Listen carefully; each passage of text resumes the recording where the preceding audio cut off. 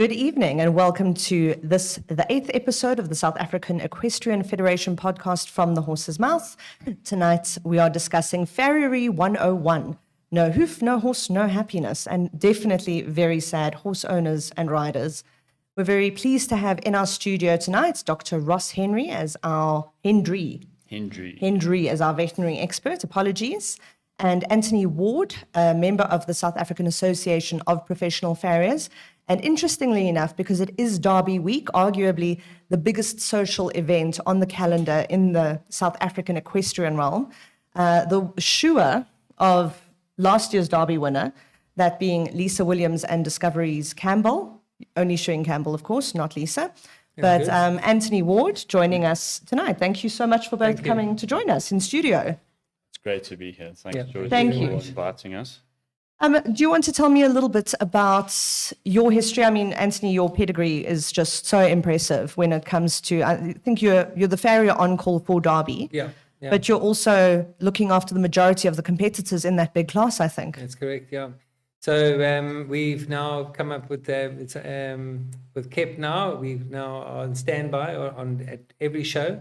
And they pay us a retainer. So I leave Guy there all the time. So if you lose a shoe, we always make a plan. We get the shoe back on, and whoever you can go back in the class and go and jump again. That's fantastic. Yeah. Do the showgrounds organize that? Like if you lose a shoe, that you go to the show organizer? Yes, yeah. Okay. And then basically I have a guy there waiting, and he puts the shoe on. And that's always been a big problem in the past, that you have to find another farrier or your own farrier, and you have to wait half an hour to an hour for him to come. So now what we've done, because obviously got a big company, and we leave a guy there on basically on standby, and he sorts them out, and you've got a happy horse. Absolutely. There's nothing worse than getting all the way to a show and then there's some silly unforeseen circumstance and you can't go in. So how big is your team, Anthony? There's 14 of us. Oh my, okay, that's quite a lot. So there's 14. How many vehicles do you have? Yeah, we've got 5 vehicles now. That's great. So my son is obviously helping us now, and he's on his 4th year now, and he's doing his last exams. He's probably going to go over to Kentucky. Is that you did some time over there as well? Yes, at Remedial, yeah. I went to go and work. I actually went with Dr. Duncan Prinsloo. Oh, okay. Yes, yeah. So I went over there. We went to Remedial for a couple of weeks. It was wonderful. There's horses coming from all over the country. That place is infamous. Yeah, it's crazy. So jealous. Kentucky really is kind of the center of so much. I mean, obviously the research centers there, the hot seat of thoroughbred breeding. Yeah. That was the time there just amazing. Yeah, it was absolutely amazing, and I learned so much. And everybody was so nice to work with, and the type of horses we had to. Obviously we saw. Was amazing, top international Grand Prix show jumpers coming from all over the country. Yeah, people driving 200-300 kilometers or miles to come and have their horses shot by the farriers at Remedial. No, those horses are millions of euros, not brands. Yeah, millions of euros. Different totally different playing field. Yeah. So wonderful to have that international experience. That's fantastic. Yeah. And Ross, a little bit of your background. So I've been a practicing equine vet for the last 6 years, and most of my Are you still fresh and enjoying it? You're still fresh. You still love it. I can give people that view of that young, enthusiastic view on the ground. I spent most of my experience coming from North Rand Animal Clinic. Worked there for 5 years. So I got to eat, breathe equine veterinary at quite a high level for a long period of time, and it's something that I enjoy. I love going out and working with the horses. So and then going forward, I've been trying to continue with my education and doing also additional courses. So you're constantly trying to improve your skill set in specifically equines. And I'm being so fortunate to work up here in Joburg, where that's the Kentucky of South Africa in a way. They say Kyalami with the highest density of horses in the world. Yeah, it was between us and Newmarket at one point, and I think we've actually overtaken them. The number of horses up here. Yeah. So the experience you get up here is great. I mean, if you want to do equines, this is a place to do it. Yeah, absolutely. So I've seen a lot of stuff in my youth, in my small amount of experience, but every day is something new. And you were saying that lameness is a particular passion of yours, and So working at Northrand, we dealt with a whole lot of high competition horses, and lameness is what we focused on. And that is a very progressive field in equines. Because it's so competitive, and because obviously lameness is such a in-depth topic, there's so many factors that you can improve on and work at. Like, for example, arthritic diseases and how to treat them with various injectable agents, and then you can go into your stem cells. Like, there's so much work with stem cells. Well, I look forward to us chatting about that again at some point. Very interesting stuff. Tying that together, going to the discussion about feet today. And I think we're aiming this podcast at a real introduction to Farriery. So what is the role of, first of all, the farrier, and secondly, the vets together in that ecosystem? What is your primary role when you come across a horse or any farrier's concern, or when they are introduced to a new client? I think the most important is obviously working with your client, understanding how the client, what the client or the rider feels as a rider, and what they want out of the horse. As a farrier, I think it's extremely important that we obviously make the horse as sound as possible and keep the horse as comfortable as we can. I have, obviously the biggest problem in around the world is we have like low heel, long toe syndrome. It's obviously and is that prevalent? Because the basis of a lot of South Africa's competition horses for a long time were thoroughbreds. Exactly. Is that still being felt? Not really in the sport horses. Not okay. Obviously, your sport horses has totally changed. It's you have your more of your upright feet or long toes, also in your sport horses, all got to do with your performance of the horse. That's why we've moved on, obviously, to warm bloods, and we've gone away from our thoroughbreds. Yes, But then again, we've had good thoroughbreds in South Africa. I'm not a fan of a thoroughbred. It's a consensus. Superior athlete. If a warm blood does well, then it's almost a given. But if a thoroughbred goes and outcompetes a warm blood, then it's phenomenal. Yes. So it's almost that the thoroughbreds have got a bit of a disadvantage because of their size, but that doesn't mean that a small horse or a thoroughbred can't perform. There's been a famous list of small horses, and I know Patrick Brown had that terrific little Allegra. I think she was 15-1 that he jumped Derby with before. Yes, So certainly that does pack a punch. Yeah. So the farrier works primarily, obviously, with the horse, but within considering the rider's goals. I feel that as a farrier, you have to listen to your rider. You have to understand what they want. Because especially your dressage, your dressage is obviously it's all got to do with movement, and if you don't understand what the rider or the client wants, then you're going to lose control of what the situation is. And I say to many people, I say, a client doesn't just wake up one morning and say, well, listen, I'm going to change farriers tomorrow. He's going to it's a discussion and a relationship. It's all about that. If you can work with your farrier, and which is very important, then you can. The world is your oyster. Yeah. But I like what Georgie said. She's an ecosystem, because that's what it is out there. It's an ecosystem. It's a whole lot of professionals working together for the betterment of the patient. In this case, is the horse. So when you go into the field, you are exposed to. You have vets and you have farriers, you have dentists, you have physios, all these people working together to try and help the horse and make it perform better, or just improve its quality of life. So I think that interaction with all these individuals, it's very unique, and I think that as an owner, sometimes if you go to a yard, the client is not actually there. You're going on the behest of the manager, and you're going through, and as a vet, hopefully the coach is there, who might own the yard. Yeah. But a lot of the time, you're speaking to a third party about how the horse is doing, the trainer, etc. And then you get a groom who says, no, it had polls this weekend. No. But the grooms sometimes give you valuable information, and then you say, well, was this horse always looking sound? And they said, no. Everyone else, and then you listen to the groom because they don't. No.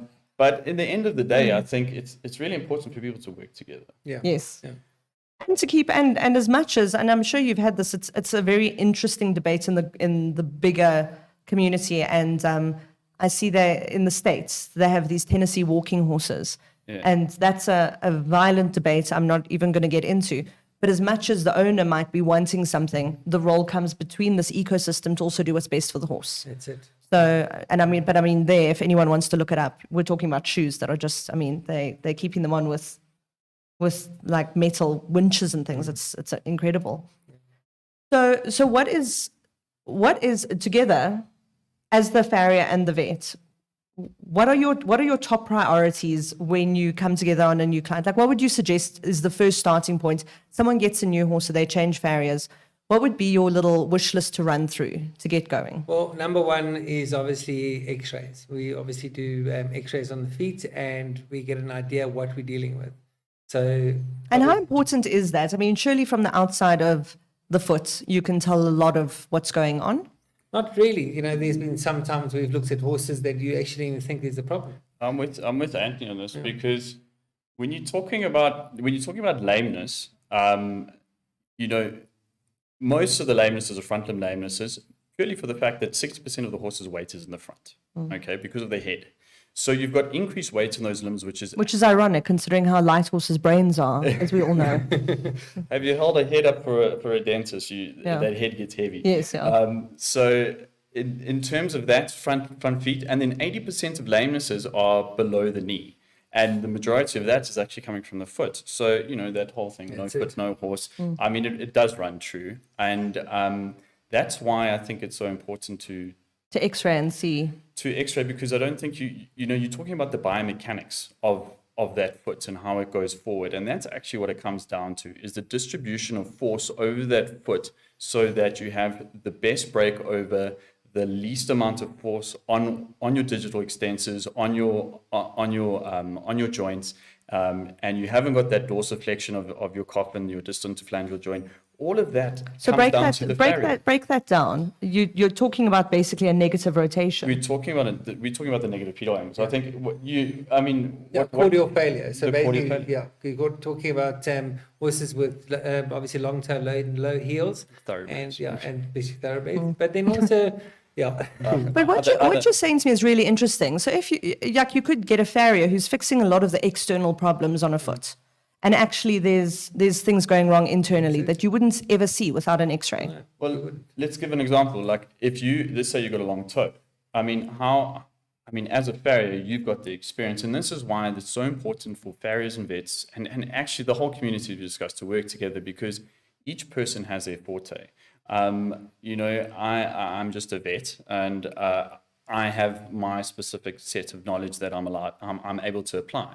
But in comparison to someone that's been in the industry farriering for decades, how long has it been for you now? 22. 22 years, yeah. Happy anniversary. Yeah. 22 years. I mean, that's a massive amount. And there's loads of farriers and professionals out there that have that knowledge, and that's why it's wise for vets, and I'm a young vet, so I can say that I will listen and work with the farriers in order to improve it. But you don't have X-ray eyes. No, we don't. So how do you know how much of that toe to bring back? Well, exactly. That's really interesting. Are? And X-rays are. I mean, the technology is here. You got. It's so easy. It's so easy now. I was very impressed. We had an issue the other day, and just at a yard that I was riding at. It was one of my horses, but I saw vets arrive, and live they were X-raying and putting it onto the laptop. Yeah. Live. It was incredible. So they could immediately see what was going on. So that's a DR machine, which is the new machines that come out, so direct, and then they go by Bluetooth. The old ones had a long cable that would connect them. But I mean, the technology is just phenomenal, and you must see the new X-ray machines that come out where you can see the resolution by the pixel pitch, and it's almost you can see the hairs and just such fine details and the mark lines on the bones. It's just incredible. So yeah, I mean, we've got this technology. How do X-rays help you? Well, firstly, obviously, X-raying the feet, we can see where if the A is a chip. Between P1 and P2. That's something. That's also important. We can see there's navicular issues. okay, back to that. When you're taking the X-rays, most of the time, let's say someone comes through and you call me, or someone phones and says, okay, this horse has got very, very flat feet, long toe, heels done. We wanna assess and have a look at the pedal angles and know where we're sitting at first. Because how do you know how to correct something if you have no idea what the pedal angles are and what you want to correct Totally. to?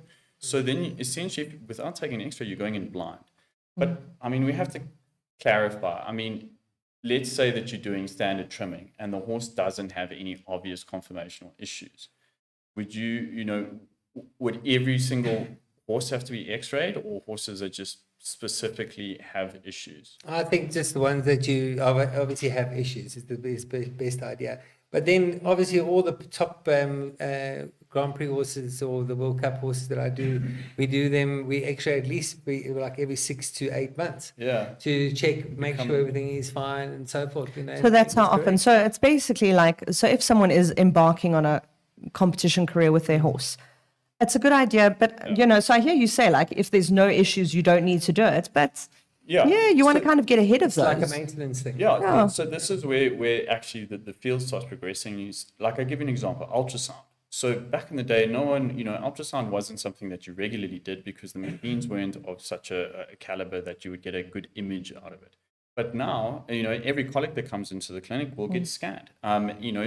Taking ultrasound and doing routine scans is something that people do. And it's becoming more accessible and more affordable. So maybe that is something that will start happening with regards to X-raying, because if you can add information to your repertoire of tools. Absolutely. There's a lovely business intelligence saying that says what you don't measure, you can't fix, Exactly. So until you measure something, you can't improve it or say that it's gotten worse or. So exactly. So you need to measure, have a look at the pedal angles. And I like what you said about having a look like OCDs and things that are there. So while you're taking that X-ray, maybe it's best to not just take laterals, because, to take it, the other thing is when you get someone to take the X-rays, they need to be diagnostic and they need to be lateral. How much does it irritate you when you have an X-ray that's not done properly? No, exactly. I mean, sometimes everybody says, "Oh no, the foot's skewed, unlevel, it's unlevel." Yeah. Meanwhile, it's just been to maybe the leg. Your glasses were unlevel. Yeah. Exactly. Okay. But I mean, that's like. But it happens. Yeah. But at the same time, while you're taking that X-ray, you're looking at the pedal angles of the foot and you're looking, okay, have we got a flat foot? What's it looking like? But let's say that you've got negative angles, okay?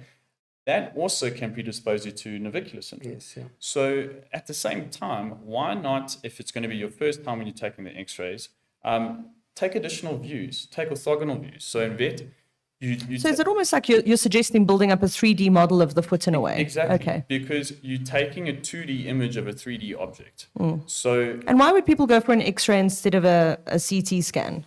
Okay, so a CT scan specifically will look at, it will be more detailed. So so if I explain a CT scanner. Is there a tremendous cost difference? There's a massive cost difference. That was where I was going with that one. So a CT scan is much more expensive. It's like overkill for that type of period. But a CT scan is basically a big X-ray machine that takes a whole lot of images of that foot or whatever you're X-raying, and you can build up that 3D image, and it's digitally built. So it's very cool to see. Yeah. And now they're doing MRIs. So there's actually an MRI machine at Onisiput. Oh, I didn't know that. That's incredible. We managed to get the whole hocker into it. So that's amazing. You've got this horse in this, and it's 1.5 Tesla MRI machine. It's very cool. But I mean, that's going to open up a whole lot of imaging modalities with regards to suspensories, proximal suspensories. Absolutely. Very difficult to see under ultrasound, actually. No. And that changes the ball game. So as the technology comes through, but back to the OCD, take the orthogonal views. Use your if you're going to come out and take X-rays, maybe you could take X-rays and you could definitely see the distance flange to the coffin joints, the proximal, so the pastern, and then also your fetlock, if you're taking good image. And that could actually, and then also navicular skylines, those views. So you can get a real good idea of what's happening in your horse, because 80% of lameness does happen below the knee. So statistically speaking, if someone's having a soundness issue with their horse. So it's not just taking X-ray of the foot. Could we talk a little bit very briefly just around like typical lameness, we all know to look for the head bob and whatever. But I read a really interesting article the other day on behavioral signs of lameness. And I think it's very easy for people to kind of go, and it's funny how often we would prefer to think our horse is a jerk than trying to communicate with us. But, and Ant, I know that you have a very tricky horse that you've rehabilitated and made sound, and congratulations, he won everything at Gauteng Dressage Champs. But it's interesting to be totally on the outside of that and kind of see the horse's behavior getting better the sounder he is. Yes, yeah. So I mean that's also a consideration, to say that there's again in the ecosystem, if so much lameness is prevalent in the lower leg, it could be coming out throughout the rest of the horse. I think when you're coming to lameness and diagnosing it and treating it, we're leaning more towards objectivity. So you talk about subjectivity and objectivity. Subjectivity is when we get together, we have a look at the horse, and you say, okay, it's lame left front, I say right front, and Georgie says, it's actually, guys, it's lame behind. And you'll be surprised. I've been standing with specialists, and they all disagree with each other, and there's sometimes it's not so easy to see a subtle lameness, like a grade 1, grade 2, not so easy to see. And that's actually where you want to try and get the lameness before it becomes into a more chronic worse issue. So, leaning towards objectivity and using devices like lameness locators and things like that is starting to come into the field, and even going further and putting horses on treadmills. So very cool studies where they take a galloping horse, and at Reinke's they got those treadmills where the horses full on gallop on those treadmills. What's the top speed on that, out of interest? Any idea? I have no idea. That's amazing. I don't know, but they can go on full on gallops on those treadmills. It sounds terrifying. Sorry, I've also seen a lot of videos of people flying off the back of the treadmill. So I'm just imagining that happening with a horse. It's very interesting to see. But the nice thing about that is that you're taking out all of the other variables. So your surface, someone leading it. That's interesting. So you're literally just left with the horse and its lameness. And then you can have a high motion camera actually measuring that horse and seeing, is the head moving up? So you ask what are the factors, which I mean, the horse is trying to take the weight off the affected leg, basically. And in terms of front limb lameness, it's your characteristic elevation of the head when that leg is down to try and take the weight off. That's your classical first symptom. Yeah. Okay. And then you can also see the extension of the fetlock downwards is another thing to look at that some people don't. And then you have your hind limb lameness where you've got your hip hike, where your affected leg would hike up because you are not loading that leg. So all the weight is going to the opposite leg. So it gives this illusion of this hip hike, or we call a hip thrust. But you can also, lameness, you can have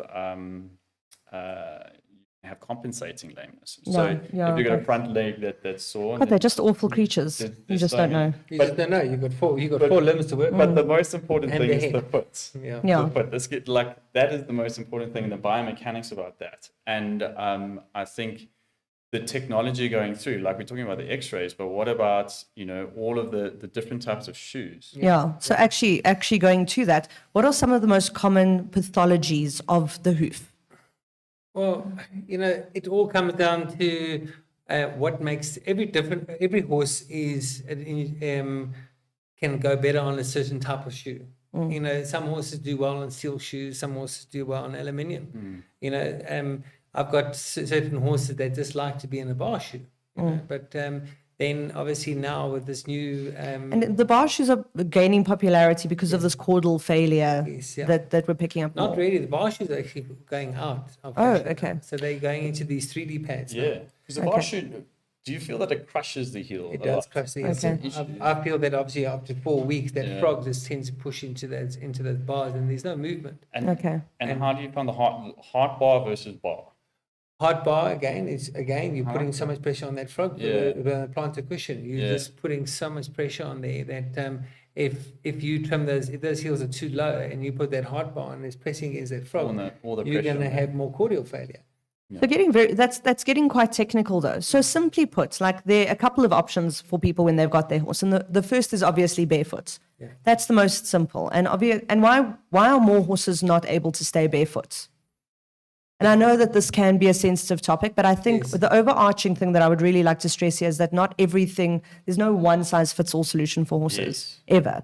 So as much as you might love shoes, there's going to be a horse that you can keep barefoot Without a doubt, yeah. and vice versa. So there's a horse, Kylie Brimacombe. I've got a horse that she jumps in the 145s barefoot. Yeah. And we don't need to put shoes on it. But what's the confirmation like?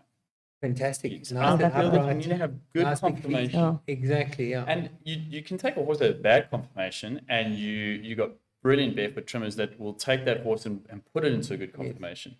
But I think that you have to be realistic with what you have. You know, like a flat-footed thoroughbred, we use that example because it's just so classic. And I mean, you put that barefoot, and let's say you have a situation where someone comes through and says, well, your thoroughbred isn't doing so well with shoes. Why didn't you try to go barefoot? And I've seen it happen where you take the shoes off and it just does unsurmountable amount of damage. It just goes totally pear-shaped. Yeah. So you need to... So we're going with the first do no harm philosophy. Yeah. Well, what I'm saying is that you need to speak to... You need to make the decision with the advice of people in the know around. And, you know, before just saying...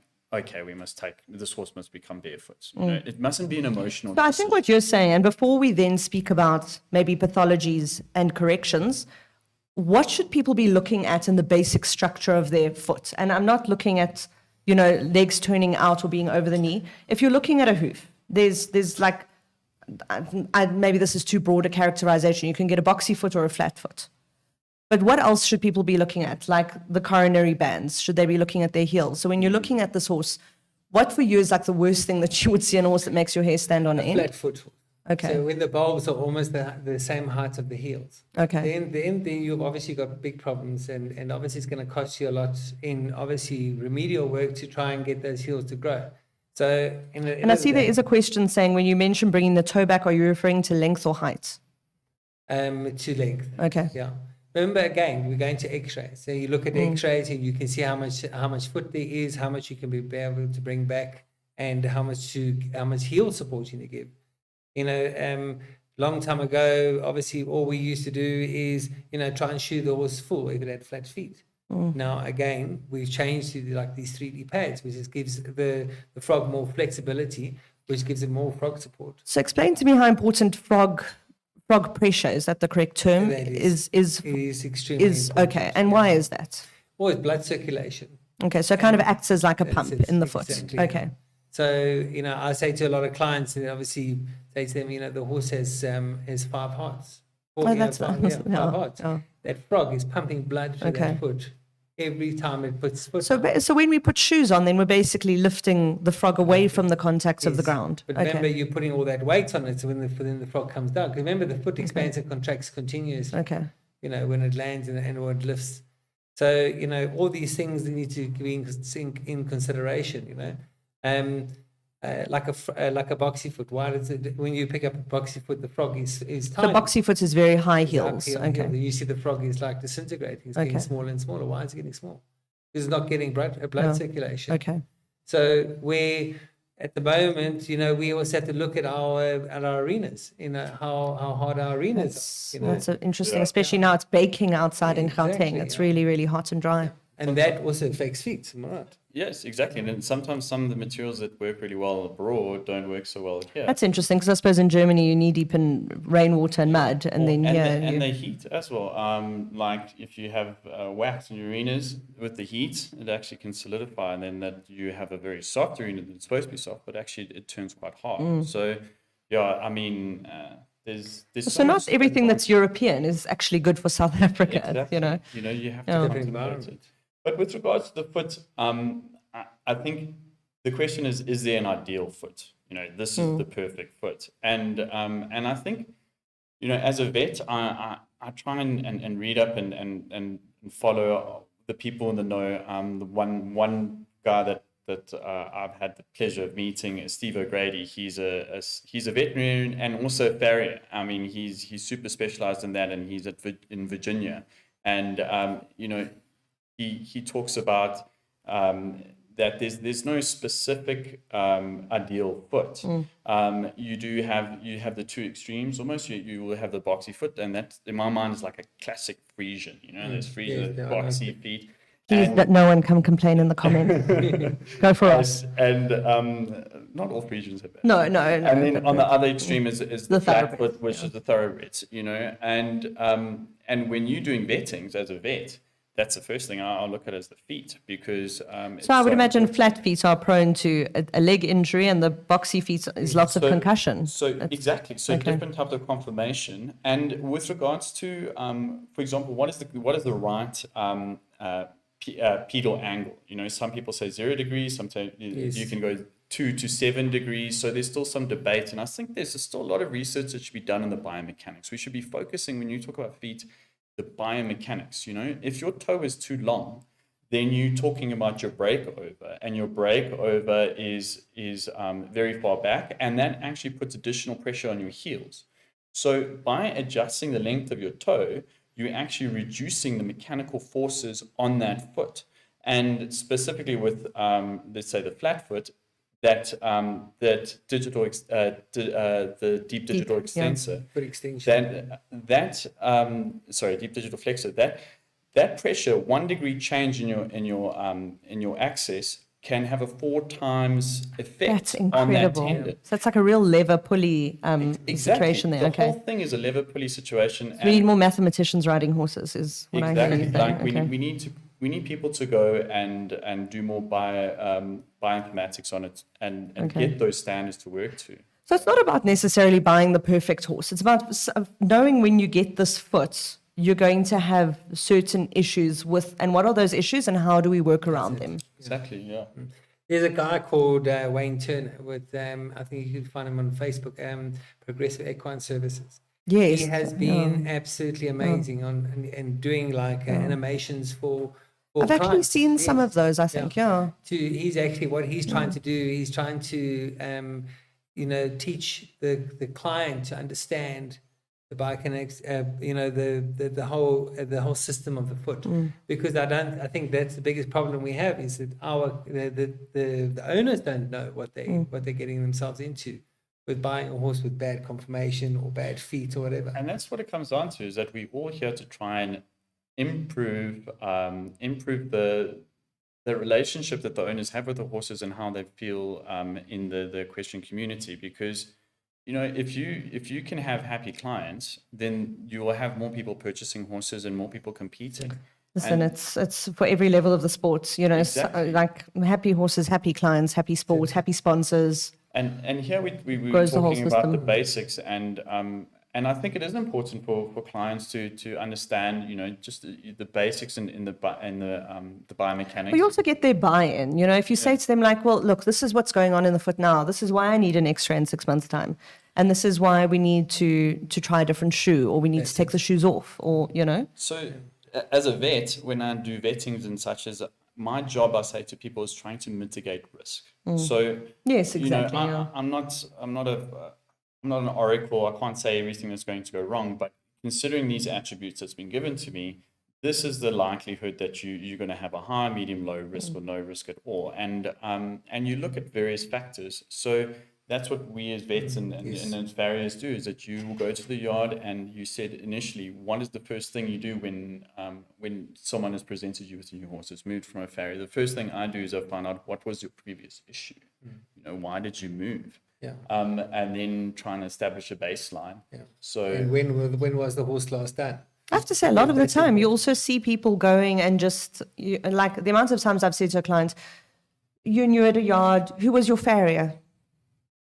exactly, that's what I was talking No about before, idea. is that there is a breakdown at some point where you'll be called out for issues, and a lot of the time you're not actually speaking to the client themselves. So then And it's Chinese telephone. Yeah, then you have a bit of a breakdown of the communication. But what is also dangerous is when clients go and they go and do self-research without speaking to anyone else, and then they come up with a whole lot of different issues, and sometimes they're valid and sometimes they're completely way off. So that's why, I think Google doctor. exactly. You either have a headache and you need a glass of water, or you've got brain cancer. Nothing in and between. the hypochondriacs come out. So so I think that it's all about everyone working together. Yeah, at the end of the absolutely. day. Yeah, well, also like physio, I feel that if as a farrier, you also need to work with the physio. Because That's interesting. That's they, good. They Yeah. always tell you, okay, listen, we feel a little bit tight in the shoulder, in the back, and then you can change. They say to you, okay, well, what can you do differently to make the horse more feel comfortable? So besides soundness, like you're talking about with farrier work, and we touched on it earlier on with, you know, the American saddle seats, horses that they have. You're saying that also you can shoe for movement and purpose. So you can, okay. And how can that, can you improve the horse's length of stride, knee action, hock action? You can. Okay. All got to do with the angle. Again, with obviously X-rays, you check out how the horse is. Obviously, if he's negative PA behind, maybe put a elliptical bar shoe underneath there. Just lift him off the ground. I've seen like horses change. Their whole hind quarter will change. All got to do with how the angle of the feet are behind. So that's great. So it's and as part of the farriery process, besides looking at a horse, how important is it to see the horse's way of going then? Is it the same? Okay. Yeah. Now, you know, you're talking about a horse going barefoot. So now what we've done now is that there's stuff called casting. Derek Popard brought it into the country, where you cast the foot and you put the nails in the casting and not in the hoof capsule. So what's that? So you like almost a plaster of Paris, like a plaster of Paris, you know, like a prosthetic hoof. Exactly. That's amazing. So that's now become a big. Or obviously, we do quite a few of those, and lots of people don't like nails in their feet. So now we cast it and we put nails in the. That's amazing. And so it's like having a semi-permanent scoot boot on. That's it. And protects the horn as well. Exactly. And then they don't pull out as much. No, it doesn't. So obviously you remember it goes hard, and then you can just you put the nails in there, and obviously when you due for trimming, you just take it all off, and then you put a new one on. And it's quick. It uses that fiberglass. Yes, the fiberglass. Yeah. But that Derek Popard's the one who bought the new that casting tape. It actually goes well with the horse's foot. Yeah. There's a question: is there any risk of loading on the frog with the long term with pads on long term? Again, you know, the pads are flexible. So what I have seen, obviously when the horse is going horse sickness, we take them off. Oh, that's great. Okay. And we give it a rest. But in the long run, the only bad things about pads is you get obviously thrush.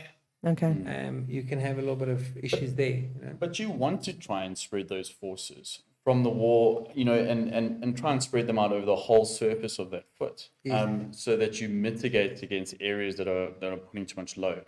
You know, taking the force off the heel and trying pushing it to the rest of the foot. So I think that you have to, and a lot of these pads and inserts, that's what the aim is to try and spread the forces around and provide frog support and try and offload that pressure from the heel. And when you're talking earlier about how it improves the gait related to your breakover. For example, if your toe is very long, you can visualize that foot going down with the long toe is going to sit flat onto the floor.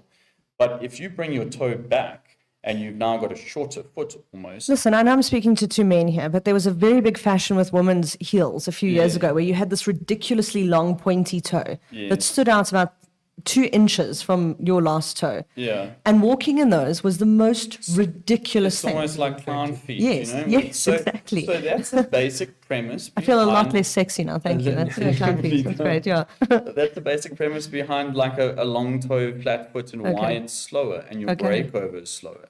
So, I mean, you can do other things to increase, you can have a beveled shoe. Is a beveled shoe? You can have and what is a beveled shoe? Explain to me. Is that where it doesn't sit? So it doesn't sit on the solar surface. Okay. And then also you have a roller toe. Okay. Which allows a quicker breakover. Okay. Yeah, that's kind of edged away. So that's the idea. Is that the horse kind of rolls onto the front of the toe and it facilitates in that movement of that. That's fascinating. That foot going through. That's the whole idea about performance, is that you want to increase the biomechanics so that, for example, force loading. If you've got a weight going straight down through the center of your pedal bone, that weight will then not go onto your soft tissue structures. But if you've got a very negative angle and you have your fetlock sticking further out, what's keeping that fetlock in position? And it's your digital flexors that are doing that, a lot of that work, because you have the loading of the digital flexors, and then they are pushing pressure back onto your fetlock to bring it back over. So if you have a more, the conformation is better, then you have a much less soft tissue damage. And then obviously your I'm getting an performance- overarching theme from Ross to buy horses with good conformation. That's why you get your horses. Stop giving your vets and your farriers things to fix, right? But Yeah. but not all horses can have good conformation. Also, horses, unfortunately, that have amazing conformation also cost a lot of money. Yes, that's So sometimes you can get horses that sometimes they just need a bit of TLC. Yeah. You know, like one of the best horses I had, I have to be honest, was a horse that failed a vet horribly, but was she wasn't going to last, Yeah. you know, so no one wanted to buy her. But through managing a really good ecosystem at the time, she stayed sound for ages. I would never have been able to afford her otherwise, but I knew the risk I was getting into. And I think that's what people just need to know, you know. So it can be, sorry, my coach at the time said you can choose 3, I think. She says it can be sound, it can have experience, it can be nice, it can be pretty, or, you know, and whatever. And she was saying, but you can only choose 3. Oh, and it can be cheap. That was the last it's thing. like those triangles. And she was like, you can only choose 3. So which is it, you know? Like I think you could do that, one of those triangles with the horses, you know, cost, soundness, and temperament type of totally, thing. yeah. But in the end of the day, you can do a lot of things to improve them. Like if you've got a really good farrier, they can take a horse that's got terrible feet and transform that horse, and you will see the massive improvement in performance, and also the longevity of your horse will Yes, increase exactly. because you will have less damage on your soft tissue structures. And I mean, if you've got a negative pedal angle, you putting increased pressure on that coffin joint because you're flexing it dorsally. So there's all sorts of issues that it causes. And even let's say that you go and you're doing your routine and you're going and taking x-rays. You haven't vetted the horse with x-rays, but you want to have a look at the feet, and then you see there's an OCD there. I mean, what a pleasure. You've gone and done routine work and you picked up an OCD before it caused any issues, and you can go and get that removed. So it does pay off to do your routine work and actually, go and take care of your horse, because in the long run, you will take that fragment out and that horse will go back to compete without any issues. But if you left it in there, you will have DJD, degenerative changes. And then in the long run, you're actually doing yourself a disfavor. So it's always better to take care of your horse and listen to your horse. From the ground up, literally. There's a great question. What would cause boxy feet in horses young or old? Again, it's environment. Okay. And now obviously high protein, this, that, and other. Yeah, so you could have like contracted check ligaments, and that's from birth where you have issues, and I mean. And is that then a got boxy genetic feet. thing, or is that even in utro, too much protein and Genetic and Okay. also nutritional, Yeah, nutritional, very big one. Okay. Nutrition is big, like too much energy. Yeah, input. and also eating the maid's food. okay? Yeah, the mom's food. Growth too quickly, Yeah, growth too quickly. and that can be resolved. And, So earlier on the better, I'm sure, Yeah. to deal with something like that. exactly, surgically you can cut those check ligaments and relieve the pressure down. Okay. And get your farriers come every 3 days Yeah, and or cry. Well, that's it. exactly. Oh, Or even okay. a foal that's got bad feet. This is a contentious issue. Foals. When do you start trimming foals? Some stud owners say, well, they prefer to leave their foals out and be natural. Some say, we trim them early. So, well, I normally tell my clients, if obviously you don't have any issues, then we can go 3 months.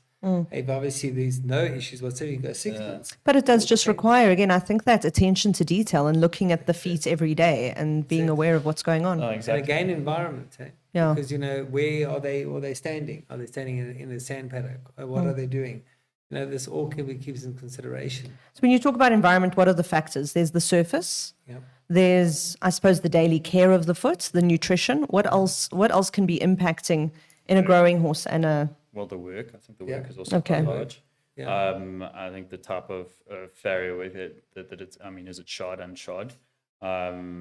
Nutrition, breed, so environment. What else?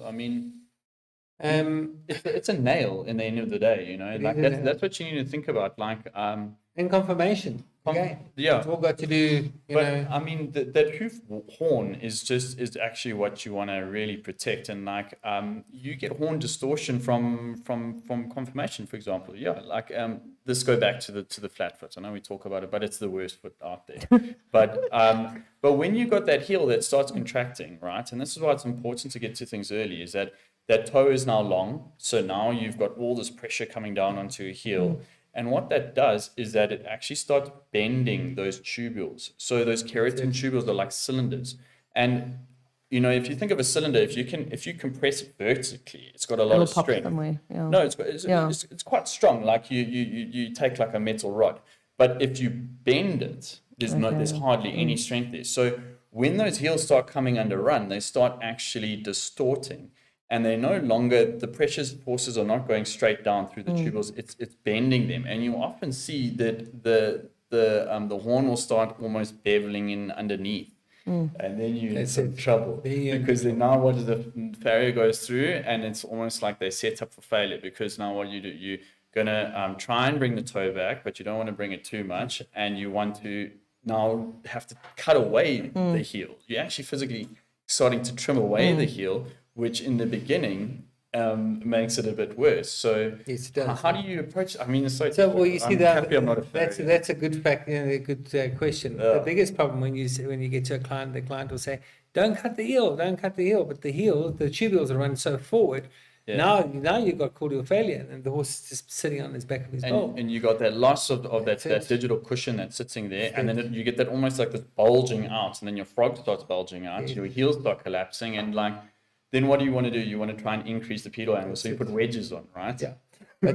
But yeah, so then it all just goes pear-shaped from there. Pear-shaped, yeah. But what we've been doing now is that, obviously a long time ago, we used to just put a wedge on and nothing underneath the wedge. Yeah. So what we've been doing now, taking therapeutic impression and covering the heel from basically the apex of the frog back to the heel. Yeah. And that causes a bigger bearing surface, which gives the horse more heel support. And because allows the heel to grow. Because your force is directly proportional to your service area. So it's again trying to distribute your forces. Like those spider shoes, also really cool. Yeah, spider bars are brilliant.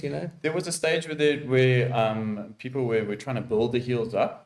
Yeah. I don't know how, with like epilogues or something. No, so all the ones that I've seen haven't done so well. No. I feel that it's all. I don't know, it's all gone to the wayside. Yeah. I haven't seen many farriers do it anymore. I like those combi pads. So I had like some... What is a combi pad? So a combo pad it's a full pad that basically covers the whole foot, and you cut the shoe in half. So there's no heel pressure from the shoe. Okay. The pad forms like a frog pressure. Okay. And allows the heels to expand and contract on their own. Oh, that's okay. So that's great. Forces the horse to put most of the pressure on the toe, because that's where the shoe is. Okay. And then the pad is really soft. So it's not like it's like a remedial shoe. It's or exactly, like, where you're using it to take the pressure off the heels, and the horse is, putting more of the pressure on the apex. On the apex, and then the heel grows. And the heel kind of comes down. Yeah. We've got a complicated question here. I have no idea what it means. How does a drastic change to the hoof angle using degree pads? And this is getting a little. I'm not going to deal with too many of these complicated questions, because this is meant to be a Farriery 101, not a 5082. Using degree pads due to a PDPA/NPA affect other structures? Is this going to be an essay? Because it will be, but it all comes down to basically getting the right PA. I've seen horses that and you're talking pedal bone angle. Pedal bone. But that's just what we were speaking about now. So like we answered that question where you said, if you go and now you want to correct the pedal angle and you're putting in these pads, or like a wedge. So a degree pad is a wedge, basically. And you now, let's say you've got a negative angle, what's the easiest way to improve that? Well, you just jack up the angle. You put in like a 4-degree wedge. Yes, yeah. And now but something's got to give. I mean, where's all the force now coming down? Now you're increasing the amount of force onto the heel because of this wedge that's been put in there. So that's then you cause other issues. Then you're collapsing the heels further. So I had a horse down long ago. The horse was negative 3 degrees, so negative 3 PA. Cool. So, and then, what do? So now what are you going to go take like a 5-degree wedge? Are you going to put that underneath there? Is it right? Are you going to put the horse back into work if you're going to do this? Another thing is that, So again, it comes down to your educated. Yes. You need the data to make an educated decision You need to know where you on an sit. individual case basis. But it also takes time. Like I think That's what I was going to you say. manage expectations. You can't go put a horse straight back into like hard work. It's going to take time. Like you're taking you have your shoes so much bigger than what your foot is, and walk around and you're going to change it. You're just going to make you A uncomfortable. question about the casting: does casting over time damage the hoof wall?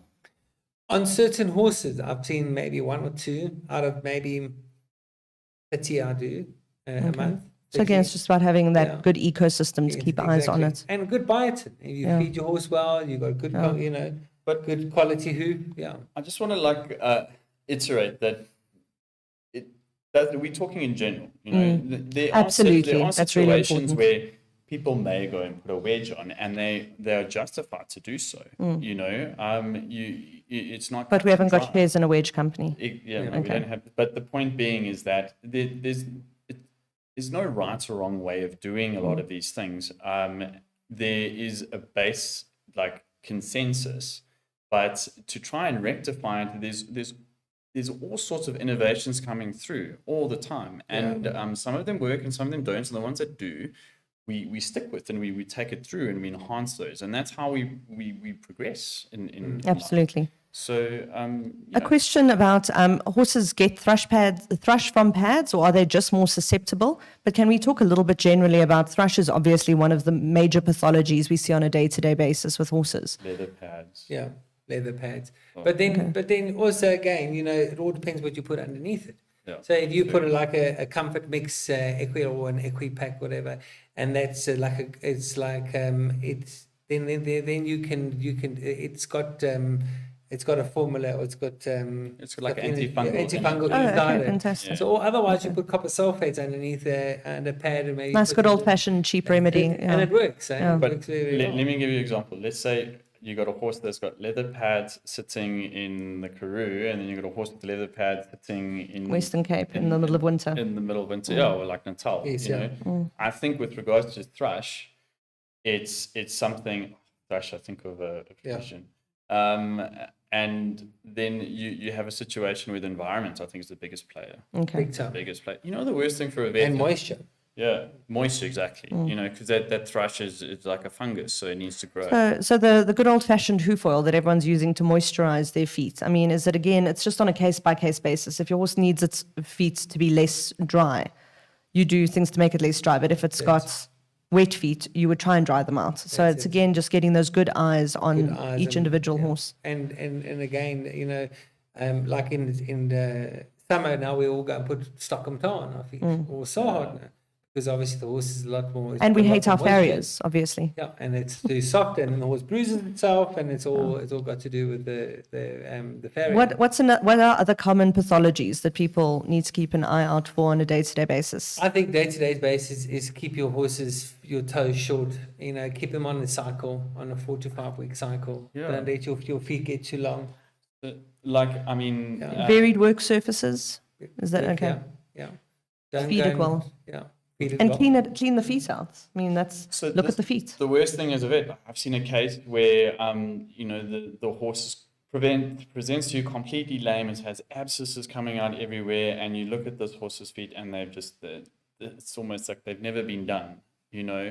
I think if you stick with your cycles, what a normal cycle 4 to 5 weeks. So on your big show jumpers, it's about 4 week cycle. And then How much can a pedal bone angle change during a shoeing cycle? that's it. So that's a very big question, because not many people understand that. It's about between 2 to 4 degrees In one cycle? in one cycle. Good So grief. a lot when I say to people, I say, you're going to do X-rays of, when were the feet last done?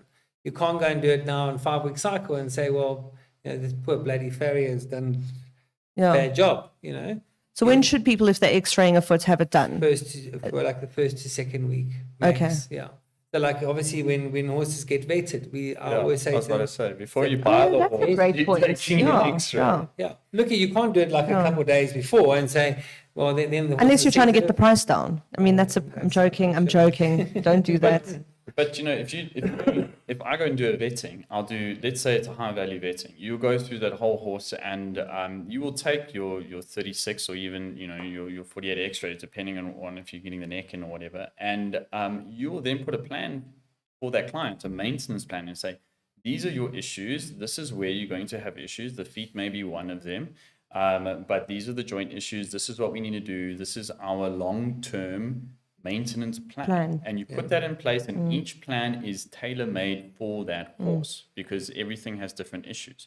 And you'll be astounded to see how you can keep horses going, and you can see it in the horse. They perform better, they enjoy their lives better if you put the TLC into them. Listen, any of us, if you've ever gone for a jog in bad fitting shoes, you know that life is a different story when you are happy. Like if you're uncomfortable, everyone around me will be uncomfortable. It's, It is. The feet are so big. Like those Nike Zooms. They say that they gave an unfair advantage. I mean, shoes are just so a competitive advantage.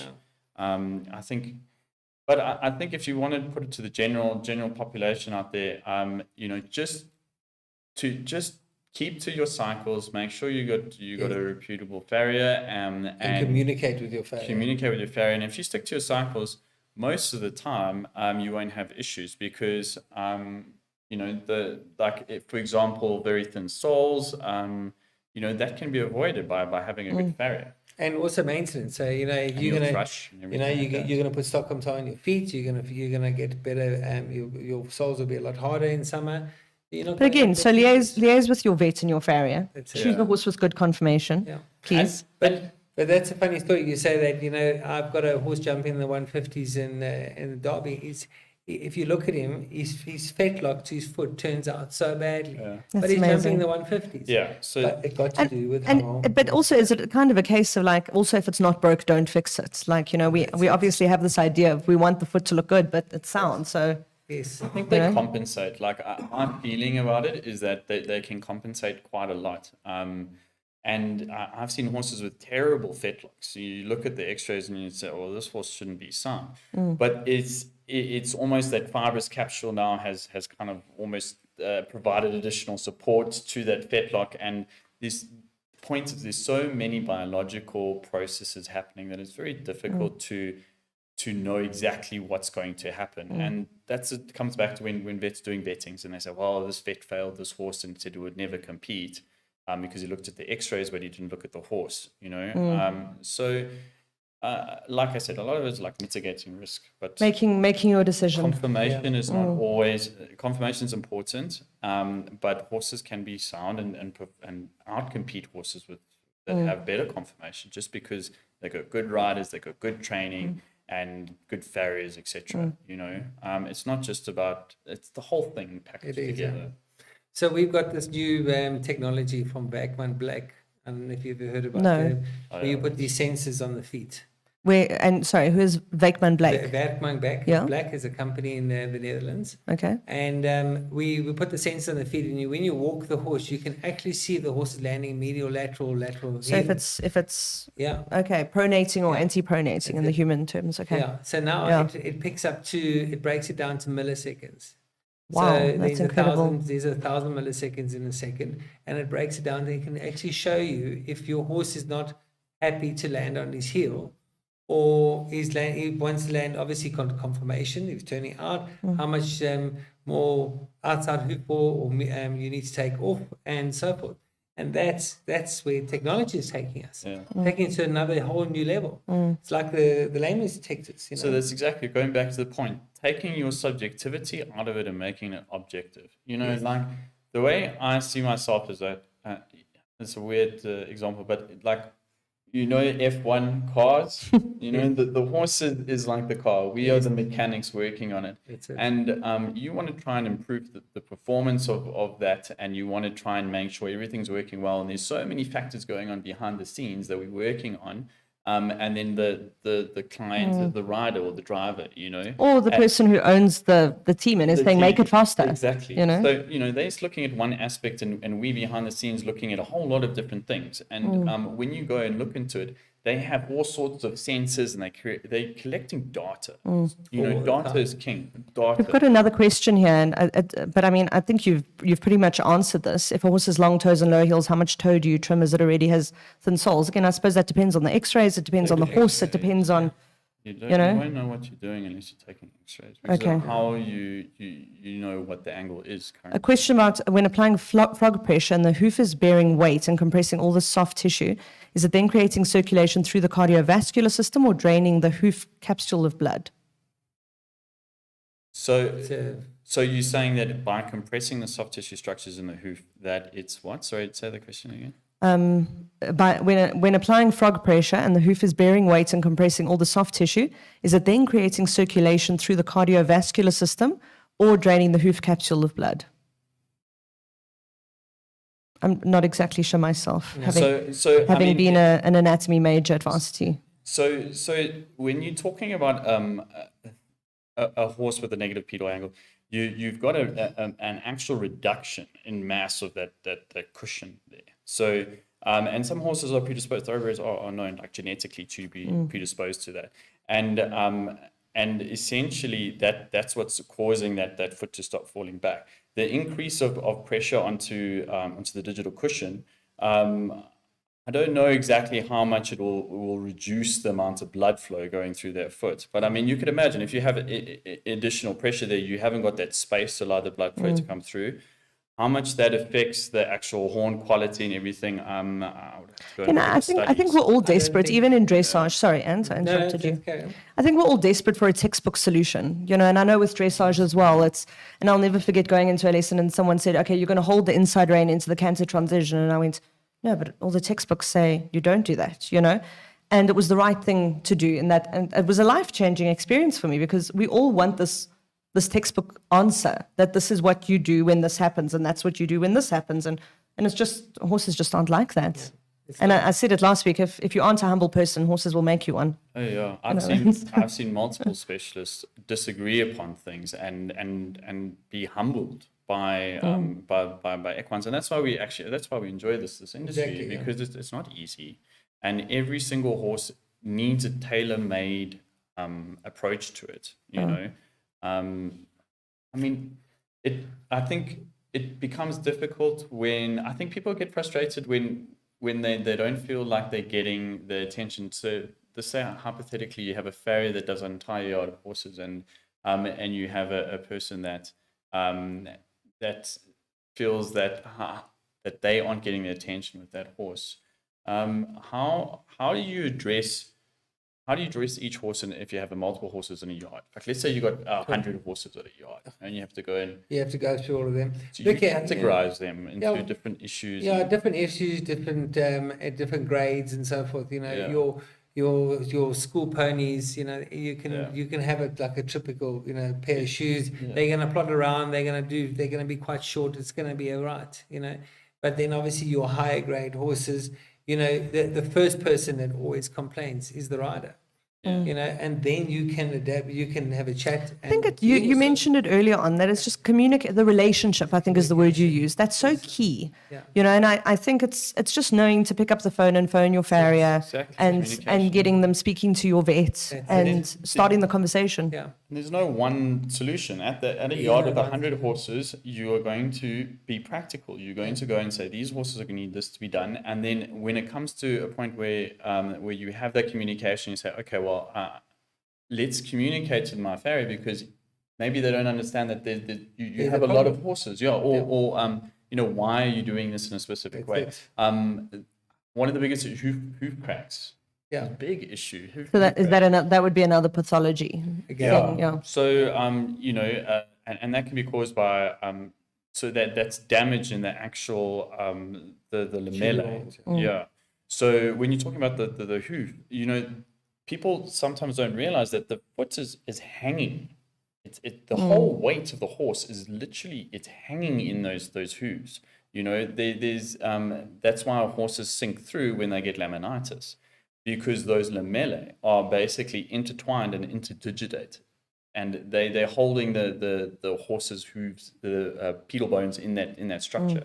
So it's just it's an absolutely amazing structure. I mean, is. anatomists at varsity, they said it's one of the most advanced structures ever. Can either of you recommend, where can people look for more information? You mentioned the Progressive. Yes, a Progressive Equine Services. That guy, Wayne Turner, has put so much effort into the... And that's on Facebook. That's Yes, a great yeah. resource. Yeah. Okay. And to the biomechanics of the horse, and how they actually got some nice 3D images, animation, for people to actually understand the movement of that foot.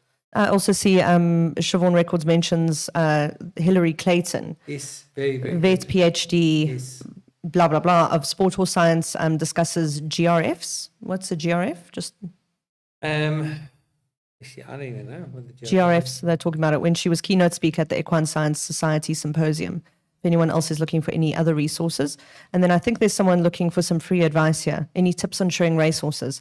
Again, that sounds like, sounds quite vague. Get a Well, racehorse farrier. I'll get a racehorse farrier. I'm a sport horse farrier. I can't help it. Okay, But different field. yeah, but another thing, going back to communication and that talking to the owner and the rider is so key. Yeah.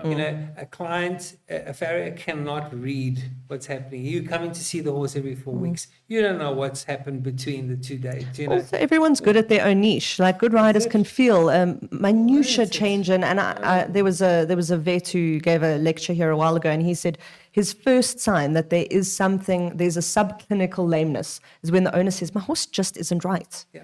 And he says you can look at the horse as the vet and you cannot see a thing, but that is the owner, and he'll say, like, at that point, if you can't, he'll say, just back off for 3 weeks, like. Yeah. And I think that's really interesting because a rider who knows their horse really well is essential. Oh, it's very essential. Like Sue Dyson, she's a very reputable lameness equine vet in the UK, and she will ride those horses through those vettings. That's herself, interesting. yeah. That's great. Because she feels that she can pick things up. Yeah. So I mean, if you're a good enough rider and you can do that, then great. Yeah. So definitely. Another source of information, then I really like the website. It's thehorse.com. Yes, that's great. It's really great. And Subscribe to their newsletter. yeah, Just and wonderful. And the information that comes through with that is like I read it and I'm like, oh wow, that's very interesting. So there's things that is very applicable, and it's good knowledge. Oh, they're talking about ground reaction force, GRF. Ground reaction. Yeah. force. Yeah. So Your Impact, I assume. so the impact. Why- Back to your biomechanics. It's all very, very important. And I think in the future, biomechanics is going to play a bigger role. It will. Like I want to get a treadmill and start doing, that's very cool, and then you can actually start getting baselines. And I mean, there's just so much to do in the field. There's so much to do. I think we haven't even touched what's No, happening. listen, and we weren't meant to either. Someone saying, as a horse owner, new or old, what would you say they should look out for as a telltale sign of a potential foot-related issue? This is more the caliber of question I was. Yeah. Amy, we did speak earlier on about like the typical nodding, signs of discomfort. Yeah. Shortness, short in stride. Yeah. Choppy action. That's also a very big one. Demeanor. You're talking about other factors like horses. Some horses they're not angry, they're not upset, they're just really sore. But then you get the sweetest little ponies, school ponies, and they just go. Yeah, And stoicism counts for a lot. exactly. Yeah. Some horses don't show Friesians don't, renowned. You have a Friesian that's colicking, you worry. Yeah. And some horses just like a little thoroughbred filly. Yes. Yeah.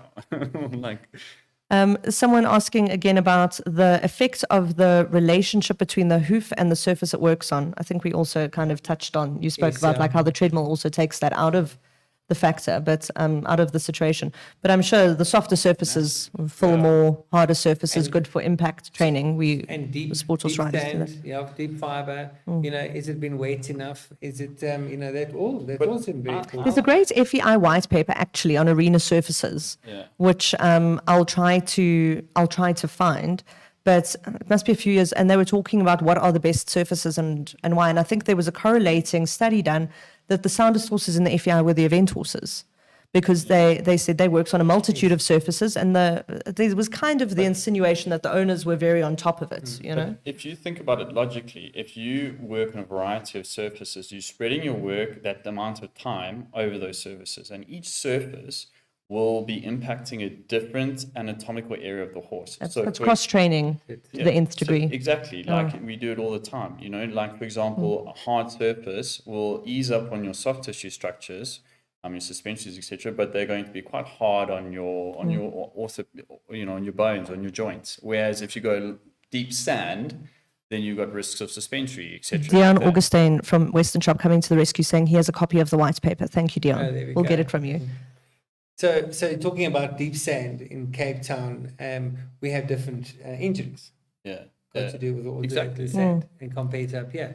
So Not we only, have like all- I remember Surfaces, speaking to my friends in Cape Town, and them just, I mean, the thrush remedies there are actually quite astonishing, you know, and interesting, and lots of shared heels, and but going down there and looking at their paddocks, it's just a different world to us. It's that fine white sand, and looking at what horses in Joburg are standing on compared to horses in Hartbeespoort, you know, where they've got like much more solid, almost rock. Yeah, that's why, like, you often see people coming up from Cape Town up top here, and they were barefoot there, and they come up here and they can't.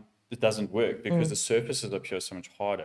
And besides the arena surface, where's your horse spending 23 hours of the day Exactly. otherwise? Exactly. You know, you're on the And I road. also see that a lot of the horses from Cape Town, they're much broader feet than compared to some. Okay. That's That's interesting. You know, There was also, they're talking about studs. Most show jumpers prefer studs, especially those who work in grass arenas. Do studs affect the horse's gait? I don't think I've never seen it affect. I suppose if it's in grass, the idea is that the grass will absorb Well, the, Obviously, and if hold you, it. if you don't have them, if you have it on a very hard Yeah. surface, then it's not going to. You're Yeah. not going to have any grip, and then your horse is going to slip. Planter, I suggest you take your girlfriend walking in high heels in a grass arena because you just disappear fast. It's terrifying. So, But yeah, that's But I the- mean, studs are specifically for only for grass. For grass. So, like, why would you be using? Okay. You know, if you take a horse around a 150 class or 140 class, whatever it is, and you come around that corner and Without a stud, you're without gonna a stud, you're skid. slip. Yeah. So what is the horse? What's the confidence of the horse going to be? Mm. I have heard someone saying that with the studs you have an increased risk of losing the shoe because the stud is you know, Oh, it keeps the shoe in keeps place. the shoe in place. But I mean, what is the alternative? You're going to Yeah. slip. You know, we obviously with Then you with can the take grass them, you can arenas. put that fiberglass on. Yeah, or otherwise put quarter clips on.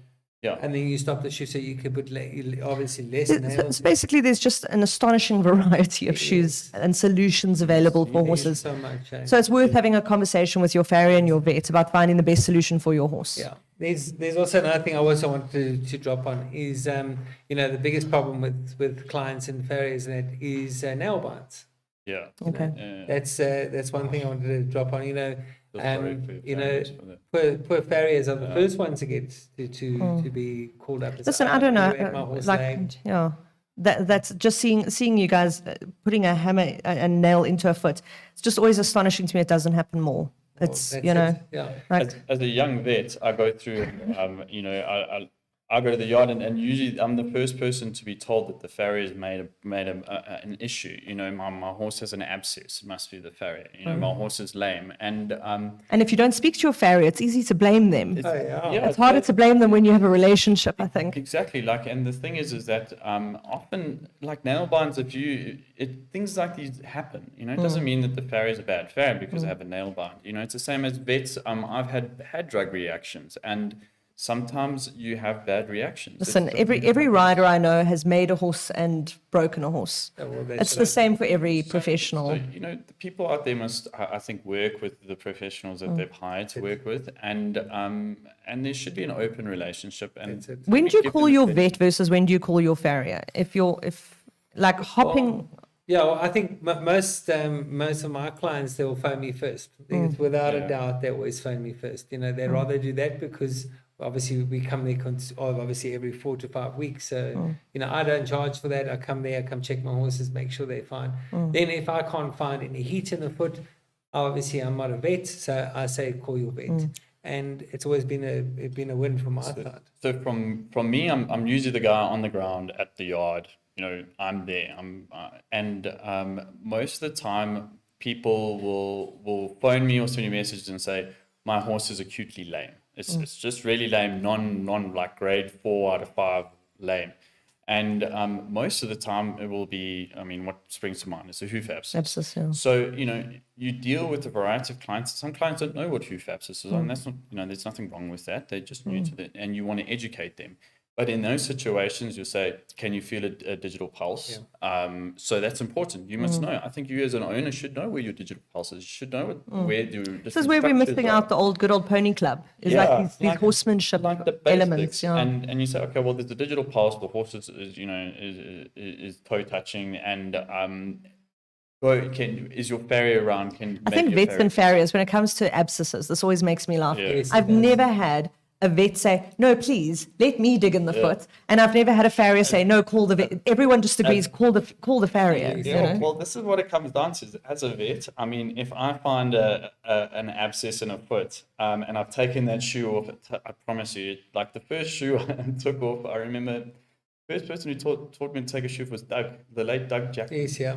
And because the first time I took it off is I didn't unclench the nails, and I caused, I pulled those through, and then I thought, then Doug came and he was, he mentored me quite a bit, and but that's all it takes is a bit of kindness. Actually, no one's trying to ruin a horse. Exactly, Shame. And I'm so sorry. I'm so sorry for the horse and the owner. Yeah, so, no, it was fine. But at the end of the day, Doug showed me, and he has the experience to do that, and I still take forever to take a shoe off compared to a farrier who does it in a blink of an eye.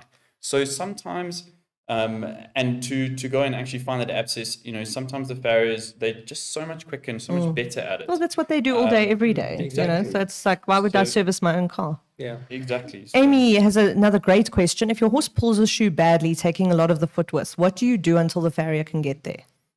just elastoplast it. Okay. Yeah, just elastoplast it, maybe put a nappy on there just to comfort the foot, Okay. and then that should do the trick. Okay. Should owners keep, and please not if you're Ross, but should owners keep tools at their yard to take off a shoe if it's half mangled? Without a and doubt. Always. Because Okay. I've seen horses like standing in a clip, or they've stood in the nail, Okay. and then you need to make a plan quick. You To can't get the wait. shoe off. Yeah, because Okay. obviously the horse is going to be in pain. He's going to move around. He's going to hurt himself. And then the risk is, like you say, if they stand on the clip or they mangle the That's shoe it. worse, The it's, one thing I want to add with regards to nails and to feet, if it's anywhere near the navicular region, it's most probably wise to, and that sounds counterintuitive, to leave that nail there. So when you take an X-ray, so leave the horse in a box, obviously don't move it, and then get the vet to come through. If there's a visible nail in there, leave it so the vet can take an X-ray and can see where that goes. Because if you are in, say, the frog region, a nail's gone in there, there's a possibility it's gone into the navicular bursa. If it's gone into the bursa, then you're talking about a freestanding nail, not a shoe nail. Not a shoe nail. A puncture wound to the foot. Yeah, like a puncture wound and things like that. Like sometimes, and you often see it. They say this with stabbings though as well. They say like if someone stabs you, leave the knife in. I think that's with regards I to don't blood know flow. how, no, but I mean, like it is just the most counterintuitive thing. You see it and that's the impulse. So, but I mean, like sometimes you go to a yard and you see that the foot, the shoe is like, hung on by two nails, and I mean those ones you want to take off. You want to otherwise take it off. it'll just strip the horn. So Or otherwise, keep the nail. If you do decide to take it out, and obviously you don't want the horse to push it even deeper, keep the nail, and we can see how deep it went. That's a good. Which is the one I always say to the client. The client's much better idea. And then get the vet there to come and X-ray and let's see if it hit the bursa or not.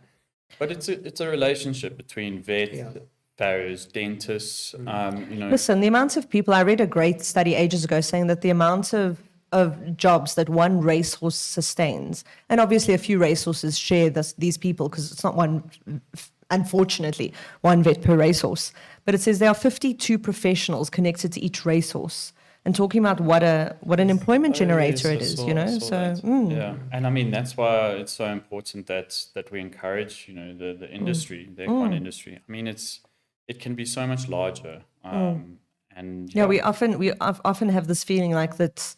It's small and we all need to fight for our place in the sun, but there's so much, and you just need to take a drive out, even East Strand way. couldn't believe the amount of yards that were out that direction. many. It's So amazing. So much work. It's really great. And that's what's actually challenging about being a vet, especially if you're going from yard to yard to yard, because you have all these people that want you to obviously see them, and it becomes quite stressful sometimes also, It does, you know. And I think that's an aspect where also as a farrier, you know, you've got 100 horses a yard, and you need to get through all of them. You know, people don't see that side of it. You know, this is our lives, these are our professions, our jobs, this is what we've dedicated ourselves to, you know, it's our passion. But that's why the great riders, you know, and I want to speak to you about who I should place a bet on at Derby this weekend, because you've got, There's a few. there's I think you've got Domini's one horse, Ronnie Lawrence has Gillian in.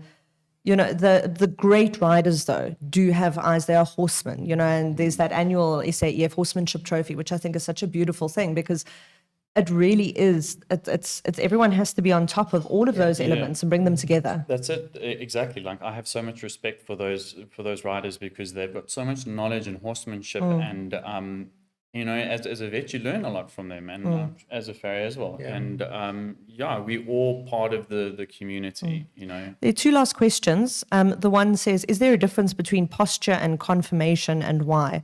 And I have to just tell you that I think, I don't know if this is where he's going with this, but Dawn Mansfield did, for her master's degree, she did a very interesting thesis about the correlation, and I'm paraphrasing here, Dawn, please don't punch me, but she was trying to use the Kentucky Equine Research software program to track a correlation between conformation and movement. And she said that there wasn't one. You know, there were certain things that you could see. She's talking mostly about angles, you know, hip angles, shoulder angles. But she said there was almost an emotional conformation, like we have emotional intelligence. And she said some horses just held themselves.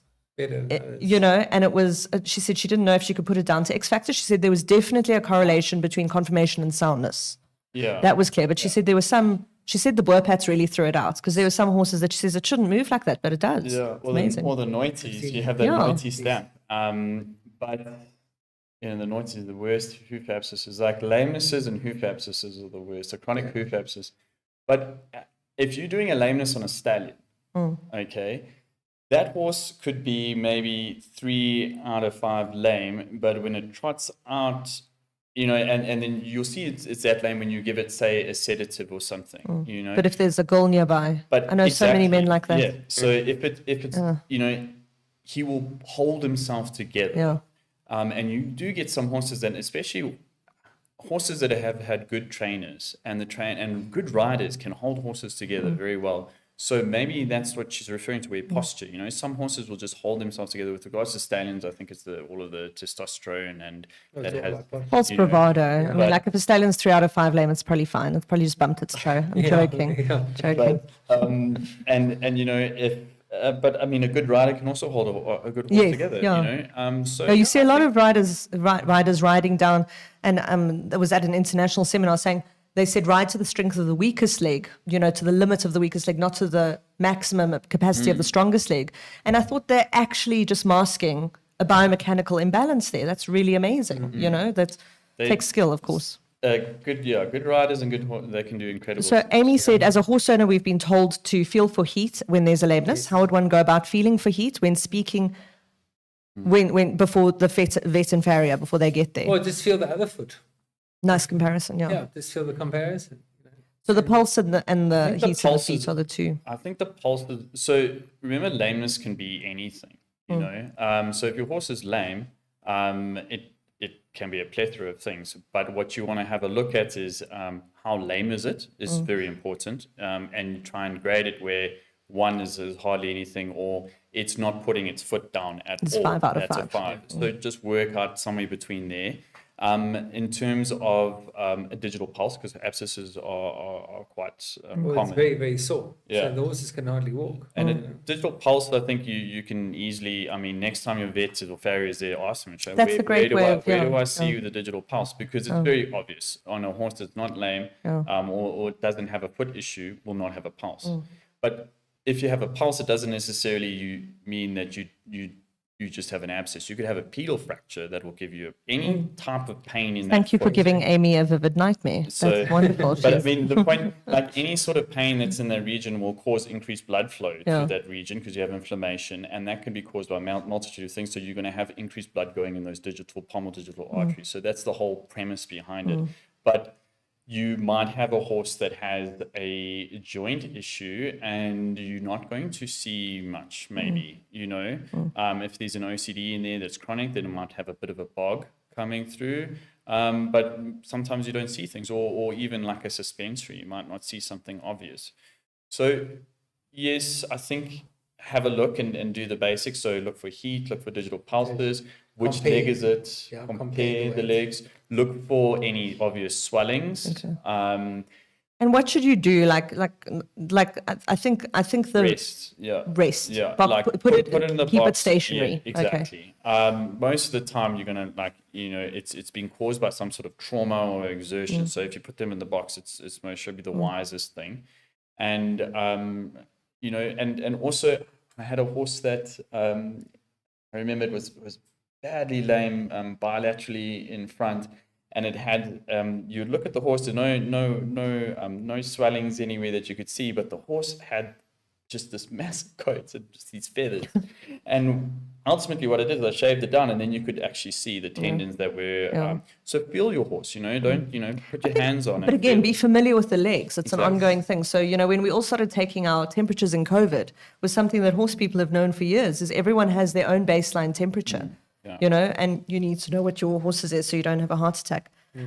Jonathan asking, is there a farrier school for young kids who want to get into farrier work? I know you said you qualified at the Newmarket Farriery School, which is since closed. They closed it down. Okay. So Pumaleda closed it down. Okay. But I know now they've got the FITS exam, which Robbie Miller is doing. I think he's the vice chairman of the Farrier Association. Okay. And he's put it all together. He's done a hell of a lot of hard work. Gets That's amazing. farriers from overseas to do the exams, this, that, and other. And put a lot of effort into it. That's great. Yeah. But there is no real farrier school. Okay. So what you can do is you can go work with a professional farrier, do your first year, go and do your first exam, Like go an to second appy. year, like an appy, and then do your qualifications through FITS. Or other options. What is FITS? What does it stand for? I think it's the farrier industry. I'm not too sure what it's all about. Okay. But it's very, very good. It's an old traditional tests and exams, and you obviously have to make shoes, this, that, and the other. Okay. You have to shoe in front of two examiners, and obviously you got your theory. Okay. So it's. And where do people, you said that's under the South African Association of Professional Farriers? Yeah. Okay, and is that who people would contact if they want more information? Yeah. Is that where people would look if they're looking for a farrier? Where would you? Yes, you would look there. Okay. And then, I think they've got a name of all the members and so forth. And Okay. obviously the professional farriers, that they'll obviously know a little bit better about what's Okay, going great. on. But they have put a lot of work into trying to make the farrier industry. Belancy says the FITS is the Farriers International It's Testing the System. There we go, yeah. Yeah. Okay. We're lucky. We've got very good farriers. I think we're very lucky in this country, in Southern Africa, to have very good farriers. There's many farriers are very good, very good ones. farriers, dentists, and vets and specialist equine vets. We have very good vets out there. We're actually quite fortunate, I think. Yeah.